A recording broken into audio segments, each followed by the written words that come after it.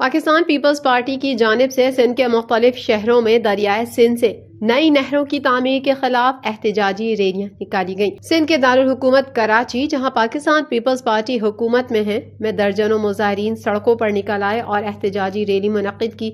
उन्होंने बैनर्स और play cards उठा रखे थे और नारे लगा रहे थे। मुजाहिरीन ने मुतालिका हुक्काम से मुतालबा किया कि वो नई नहरों की तामीर रोकें।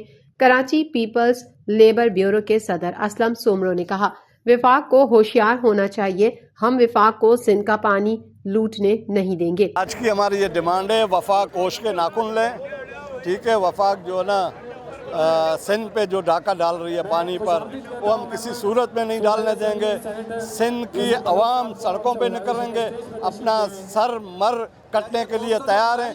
किसी सूरत में भी सिंध के कनाल को हम मंजूर नहीं करते हैं। कराची पीपल्स लेबर ब्यूरो के डिप्टी जनरल सेक्रेटरी अमीन बलोच ने कहा, विफाक नहरों पर कब्जा करने की कोशिश कर रहा है, हम इसके रास्ते में दीवार बनकर खड़े होंगे। जो कैनाल पे जो वफाक कब्जा करने के चक्कर में है, इंशाअल्लाह ताला हम इसके खिलाफ सीसा पिलाई दीवार बन के खड़े होंगे और ये वफाक को भी वार्न करते हैं कि सिंध के जो हक हैं, हुकूक हैं, वो उसको हमेशा कायम और दायम रखे तो अच्छा है। लाड़काना, जैकबाबाद, कंदकोट, धरकी, घोटकी, थरपारकर, कंबर और उमरकोट में भी एहतजाजी रैलियां निकाली गईं।